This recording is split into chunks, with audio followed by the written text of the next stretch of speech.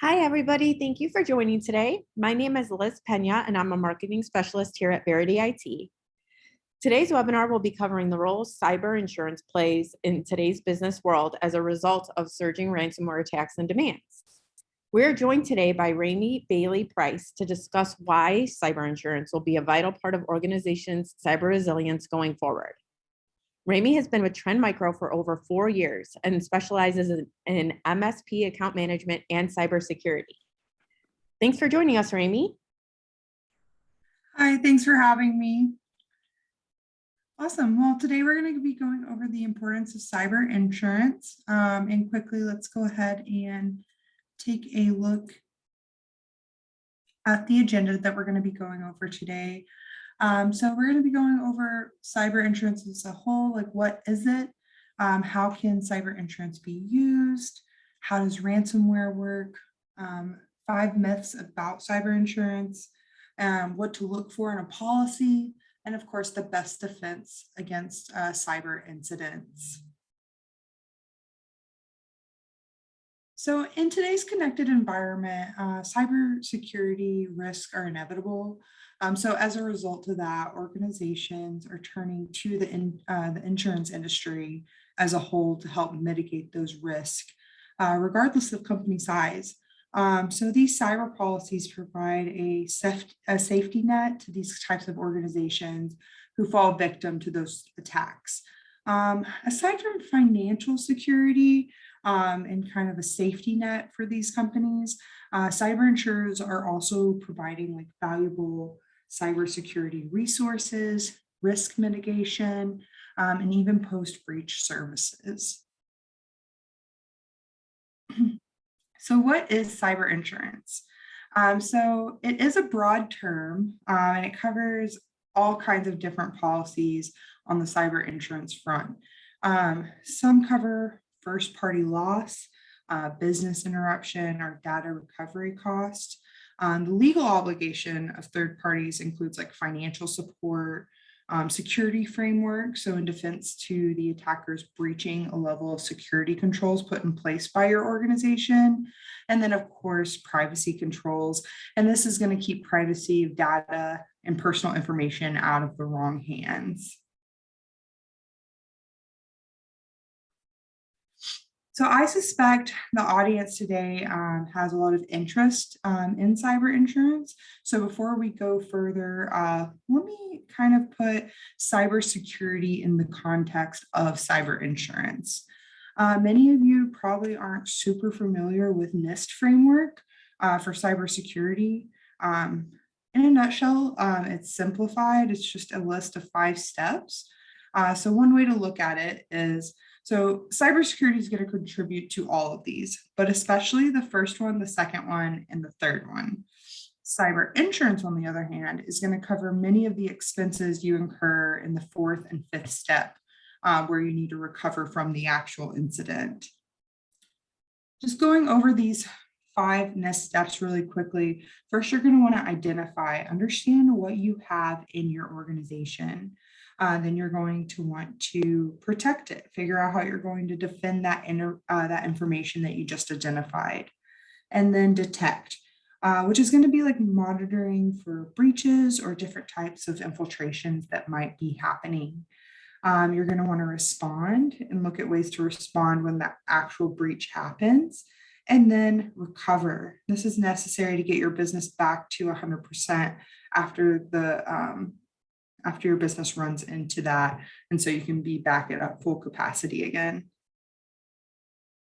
One way to look at cybersecurity and cyber insurance is them apart, like you're doing your job, like it's okay, but when you really add those 2 together, you're really going to accomplish cyber resilience by bringing an expert to help you immediately recover costs, and cyber insurance is going to enable you to return to normal operations way more quickly and at a way lower cost. So let's dig into the details of cyber insurance. So having a more comprehensive like cyber coverage is just as important for a small to medium-sized business as it is for a large, big box corporation. like a lot of things in this space, one size does not fit all when it comes to cyber insurance. Each policy may cover something different.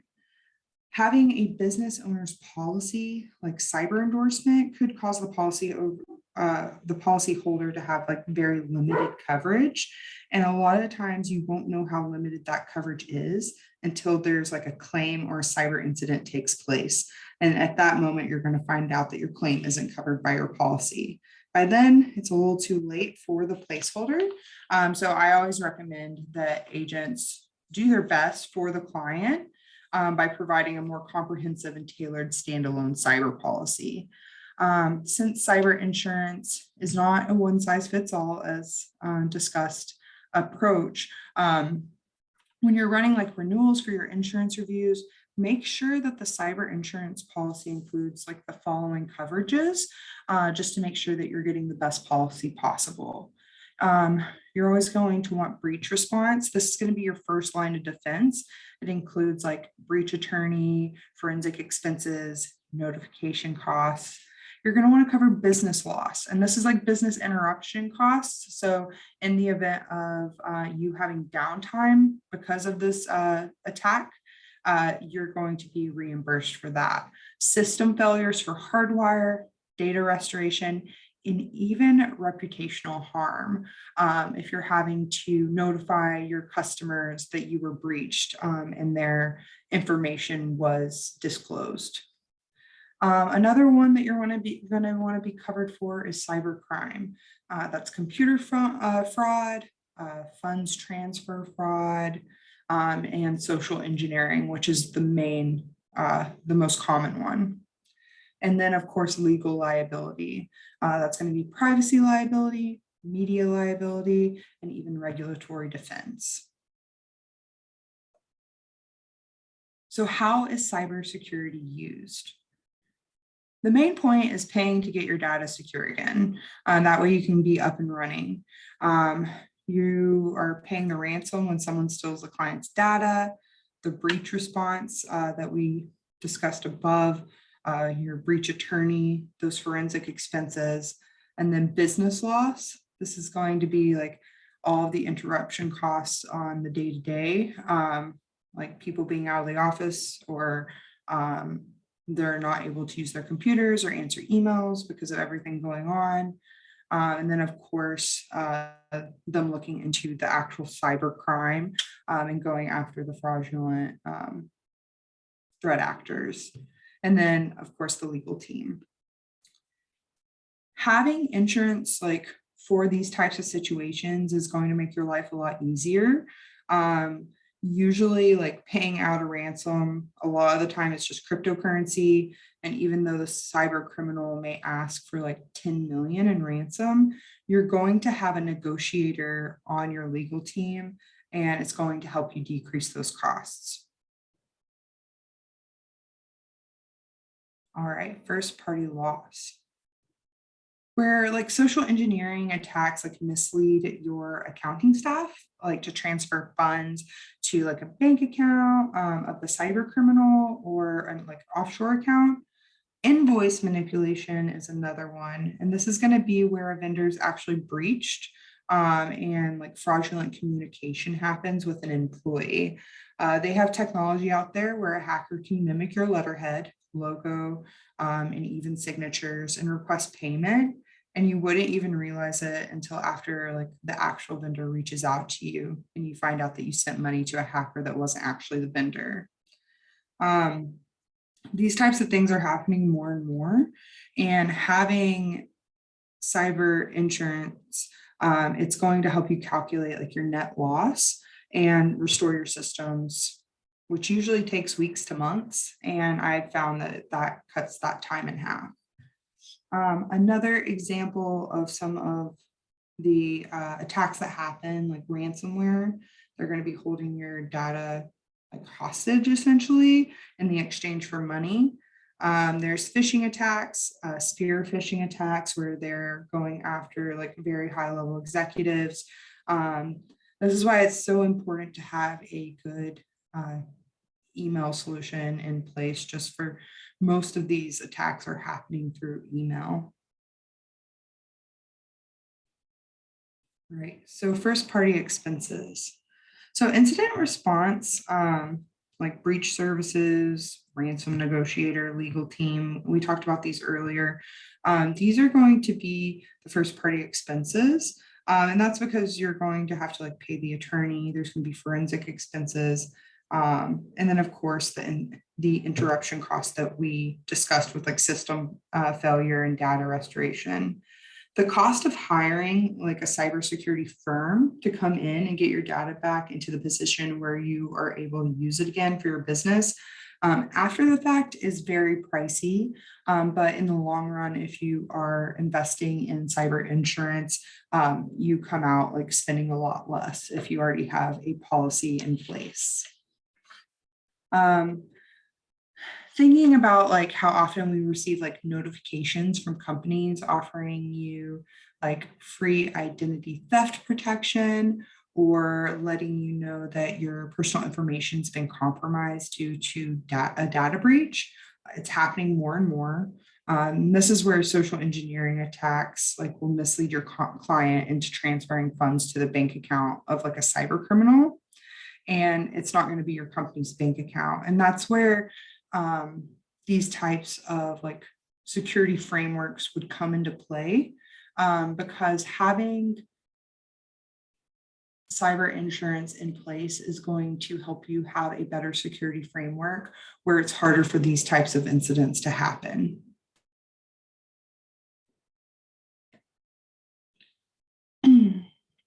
All right, so third-party liabilities. So these are going to be the expenses related to like the damages to the third party, whether it be like lawsuits or fines. And this is going to include like PCI, the card industry data security standard, and then of course GDPR. These are really big in the UK, especially with companies doing business with companies in the UK, and it's a growing popularity here. And this is like where legal like legislation has like come into play, and they're starting to tell people like, no, like we have to have like a certain type of framework and structure here to make sure everyone's information is safe. And that's where cyber insurance comes into play. They're not only going to help you in the event of something bad happening, like a attacker of some kind, but they're also going to provide you a framework to get your environment as safe as possible. And it'll help like that stuff not even to happen in the first place. And these are just some examples in the UK, the fines that they were issued because they weren't like following the security guidelines, and just like the growing popularity of cyber insurance as a whole.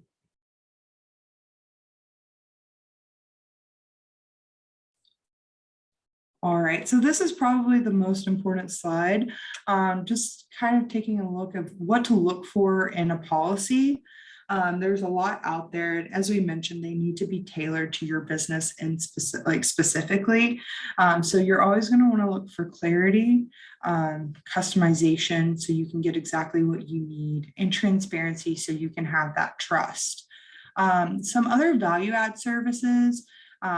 Trend Micro actually provides some of these. So if you're interested, just like let me know, and I'd be happy to get you in contact with that team. But like we do cyber risk assessments and benchmarking, and then expert services like, and then cybersecurity awareness training, of course. And this is going to help your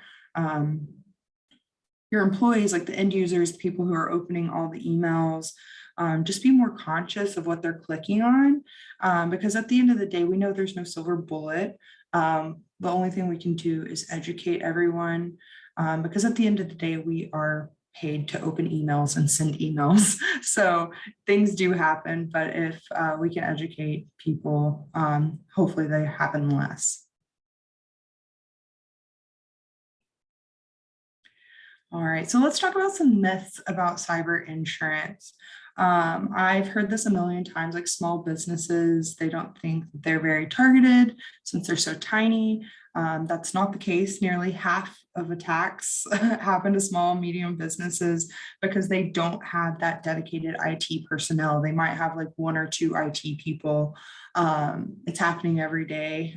This slide says every 19 seconds, which is crazy. And then cyber insurance never pays claims made. That's not true. 97% of claims are actually being paid in the event of these attacks happening. If you buy cyber insurance, you don't have to worry about cybersecurity. That's absolutely not true. Cyber insurance is not a cover-all type of contract. And the fact, like, this kind of doesn't make sense because a lot of cyber insurance, like policies, like you have to have cyber security in place to even have the policy. So that's just mainly for people who haven't really looked into it that much. Data breach endorsements versus like cyber insurance policy. Data breach endorsements are going to be more after the fact. They're going to be a lot more expensive, and they're not going to cover as much as a cyber insurance policy. And then, of course, last, you bundle your cyber coverage with your professional liability. You're likely overpaying, and you're not going to be getting the support you get from an actual cyber insurance company. All right, so in the event that the big bad happens, what do? So you're always going to tell the placeholders not to resolve it on their own. Obviously, they're going to want to report it directly to the cyber insurance provider. The policy holder is then going to get a summary, a timeline of all of the events leading up to the cyber event. And then you're going to track costs and keep track of everything that you're going through, of course, so you can get reimbursed once you're back up and running. Trend Micro as a whole, we are a cybersecurity company. We're not claiming to be a cyber insurance company. We have seen the growing popularity though, with our customers asking for it. So we have partnered with Cowbell, which is a cyber insurance company. I have a team that works really closely with them. So of course, if you have any questions, feel free to reach out. And of course, there's a ton of other cyber insurance companies as well, if you have any others in mind. But yeah, you can email marketing at Verity IT, or you can reach out to me directly. But I think we have some time for some questions if anyone wants to put questions in the chat. Yes, thank you so much for presenting, Raimi.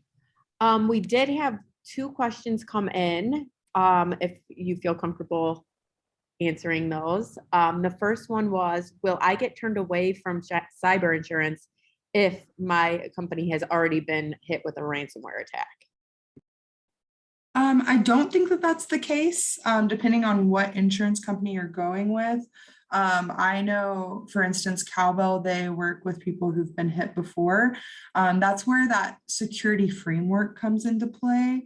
Like, yes, you've been hit before, but they're going to give you kind of a checklist on like some security offerings that you need to have in place before they'll cover you.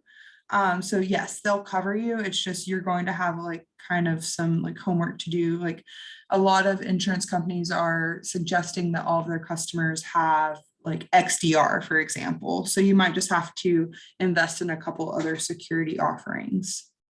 I hope that helps. Yes, that's a great answer. And then the second question we had was, is there anything in particular I can do to become the best candidate for cyber insurance?